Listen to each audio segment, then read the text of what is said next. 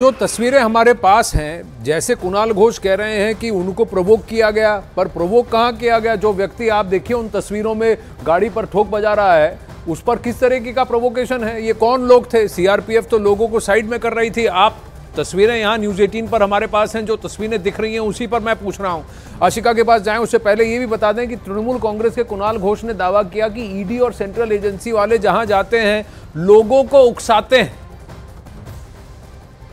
ये प्रोवोकेशन का पॉलिटिक्स वो लोग बंद कीजिए और इलाका का जो सिटीजन्स है उसके तरफ हमारा जो मैसेज है कि आप लोग किसी तरह कोई प्रोवोकेशन में आप मत पा दीजिए, मत रिस्पॉन्ड कीजिए। वो लोग प्रोवोक करना चाहते हैं। देखिए, संदेशखाली में ईडी का जो ऑफिसर लोग थे और उनका साथ जो सेंट्रल फोर्स का आदमी लोग थे, वो लोकल पीपल को बुरी तरह इरिटेट कर रहे थे, प्रोवोक कर रहे थे।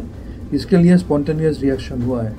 प्रॉब्लम यह है कि पूरा देश का आम आदमी ये Delhi monitored deep conspiracy, big conspiracy देखते देखते पूरी तरह थक गया। जहाँ तक बंगाल का सवाल है, डेली बेसिस में तृणमूल कांग्रेस के खिलाफ ये कॉन्स्पिरेसी किया जा रहा है।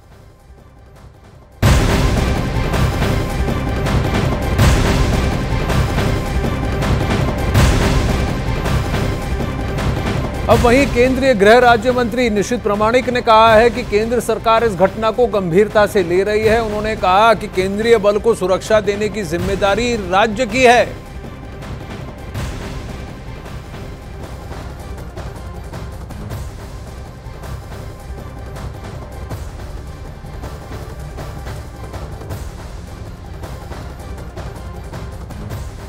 अब वहीं बीजेपी के शाहनवाज हुसैन पश्चिम बंगाल में जंगल राज होने का आरोप लगा रहे हैं। बंगाल में कानून का राज नहीं है।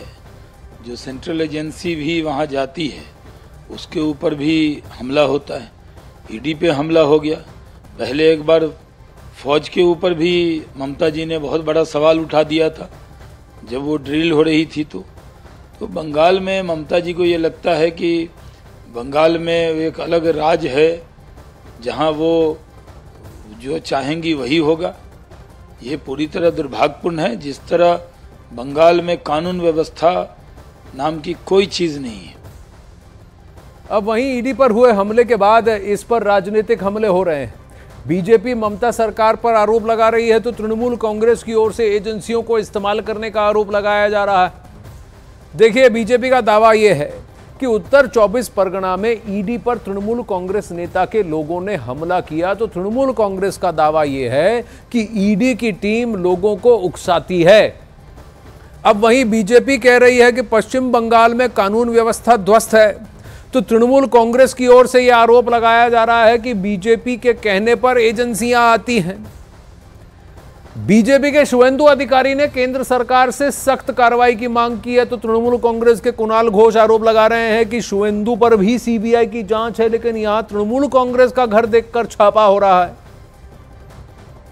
अब वहीं बीजेपी के राहुल सिन्हा ने आरोप लगाया कि शेख शाहजहां संदेश खाली के डॉन हैं और उन पर हत्या के कई सारे मामले हैं, फिर भी पुलिस उन पर कोई कार्रवाई नहीं करती है। बांग्लादेश से गैर कानूनी सामान लाना भेजना, ये सारे काम का नायक ये शाहजहां शेख है। उनका घर में जब रेड करने गए, जिस ढंग से ईडी का लोगों के ऊपर अटैक हुआ, गाड़ी तोड़फोड़ किया, ये पूरा साजिश है। कारण इनका सारे जो मस्तान है वो लोगों ने काम किया, कोई जनता नहीं किया। जनता चाहते हैं वो हिरासत में चला जाए, उनके कारण जनता भयभीत है।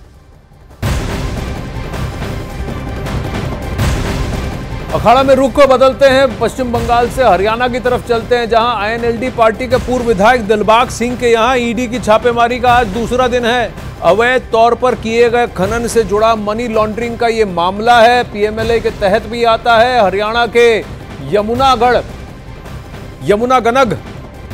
यमुनागनग में छापेमारी में जब्त हुए हैं 5 करोड़ नकदी। जांच एजेंसी द्वारा पूर्व विधायक के आवास से जब्त किए गए हैं अवैध विदेशी हथियार भी, जिनकी तस्वीरें अभी फिलहाल अखाड़ा में आप अपनी स्क्रीन पर देख सकते हैं न्यूज 18 इंडिया पर। ये सब विदेशी हथियार हैं जिनका इनके पास कोई जायज लाइसेंस नहीं है, ये सब इनके पास आए हैं और ये देखिए एनफोर्समेंट डायरेक्टरेट की तरह बनाया हुआ है। 5 करोड़ रुपया नकदी इनके घर पर, नोटों की गिनती अभी भी जारी है। आईएनएलडी के पूर्व विधायक दिलबाग सिंह के घर पर दूसरे दिन ईडी की छापेमारी अब भी चल रही है। अब तक 5 करोड़ कैश, अवैध विदेशी हथियार और सोना भी बरामद हो चुका है। ये वो 3 तस्वीरें हैं, अवैध रूप से कैश, अवैध हथियार बरामद और सोने के सिक्के भी हैं। देखिए इन तस्वीरों को, जहां 500 के नोट की गड्डियां हैं, ये देखिए 5 करोड़ रुपए हैं।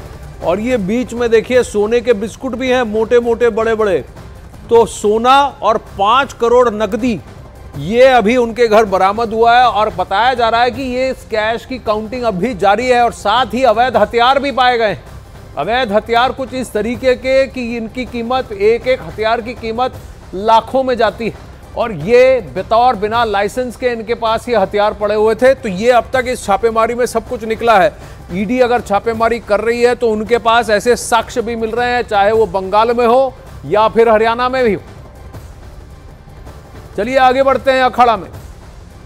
महाराष्ट्र कोऑपरेटिव बैंक घोटाला मामले में केंद्रीय जांच एजेंसी ईडी की एक बहुत बड़ी कार्रवाई चल रही है। तो हरियाणा से महाराष्ट्र की तरफ चलते हैं। कोऑपरेटिव बैंक घोटाला